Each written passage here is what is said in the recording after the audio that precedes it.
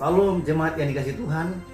Pada pagi hari ini kita bersyukur kepada Tuhan masih bisa kembali berjumpa lewat firman Tuhan yang sama-sama kita akan pelajari. Saya percaya semua jemaat Tuhan ada dalam lindungan, penyertaan, pemeliharaan Tuhan. Saya percaya semua sehat-sehat. Jemaat yang dikasihi Tuhan, saya mau ajak kita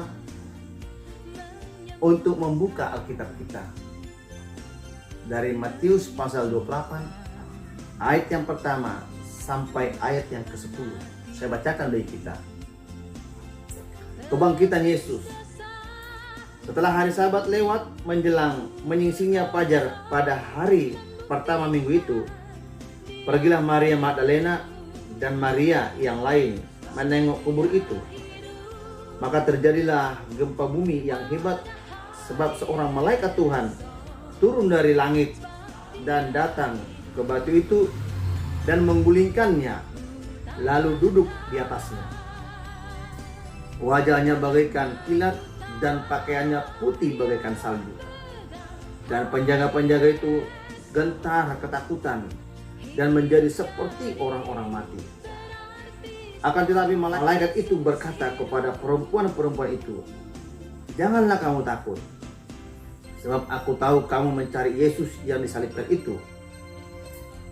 Ia tidak ada di sini, sebab ia telah bangkit sama seperti yang telah dikatakannya.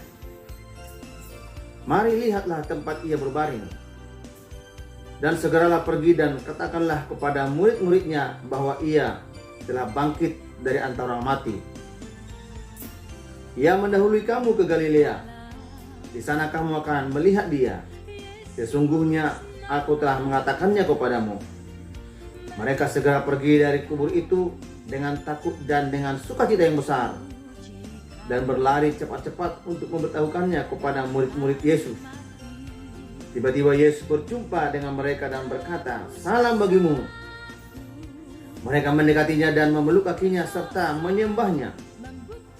Maka kata Yesus kepada mereka, "Jangan takut, pergi dan katakanlah kepada saudaraku supaya mereka pergi ke Galilea, dan di sana mereka akan melihat aku." Saudara kasih dalam Tuhan, tadi sama-sama kita sudah mendengar bahwa kebangkitan Yesus itu rupanya sukacita yang besar, karena Yesus bangkit dan mengalahkan maut.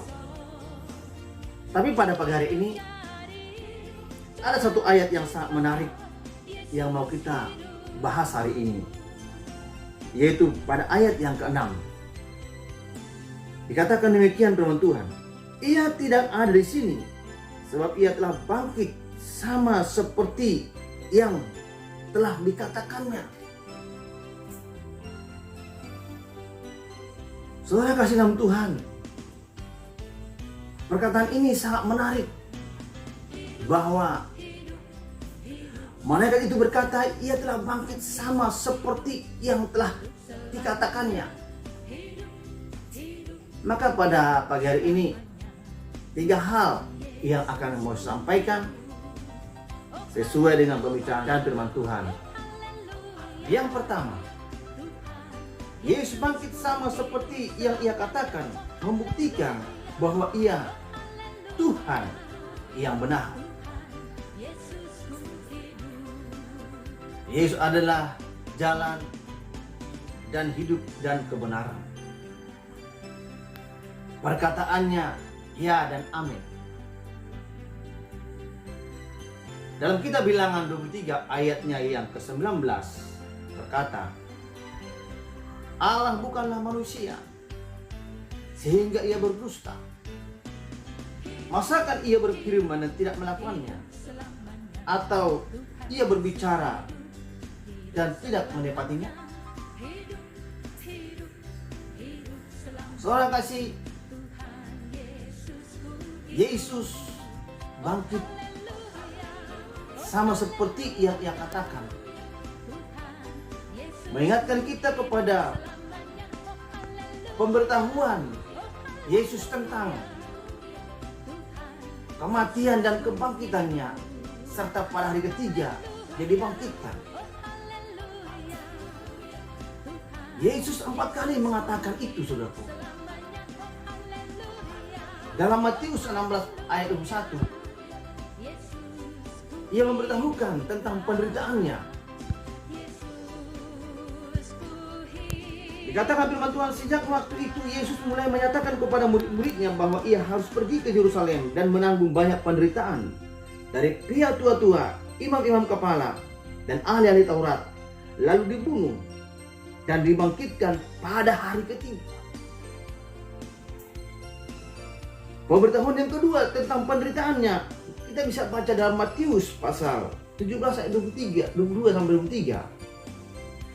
Anak manusia akan diserahkan ke dalam tangan manusia dan mereka akan membunuh dia. Pada hari ketiga ia akan dibangkitkan. Pemberitahuan ketiga tentang penderitaannya dalam Matius pasal yang ke-20 ayat 18 sampai 19. Dan mereka, yaitu imam-imam kepala dan ahli Taurat, akan menyerahkan dia kepada bangsa-bangsa yang tidak mengenal Allah, supaya ia diolok-olokkan dan disesah dan disalibkan. Pada hari ketiga ia akan dibangkitkan.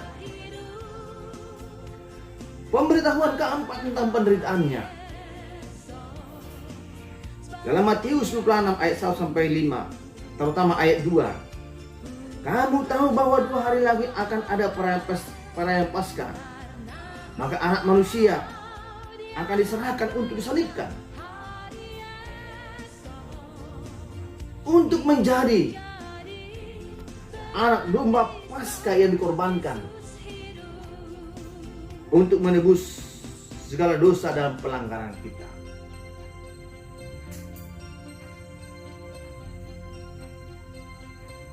Siapa yang tahu tentang kelahirannya? Siapa yang tahu tentang kematiannya? Siapa yang tahu tentang kebangkitannya? Hanya Yesus. Itu membuktikan bahwa dia Tuhan yang benar. Apa yang dikatakannya dibuktikan dan sudah terbukti. Yang kedua, Yesus bangkit sama seperti yang ia katakan, membuktikan bahwa kuasanya lebih besar dari apapun. Kuburan tidak bisa menahan dia. Batu besar terguling.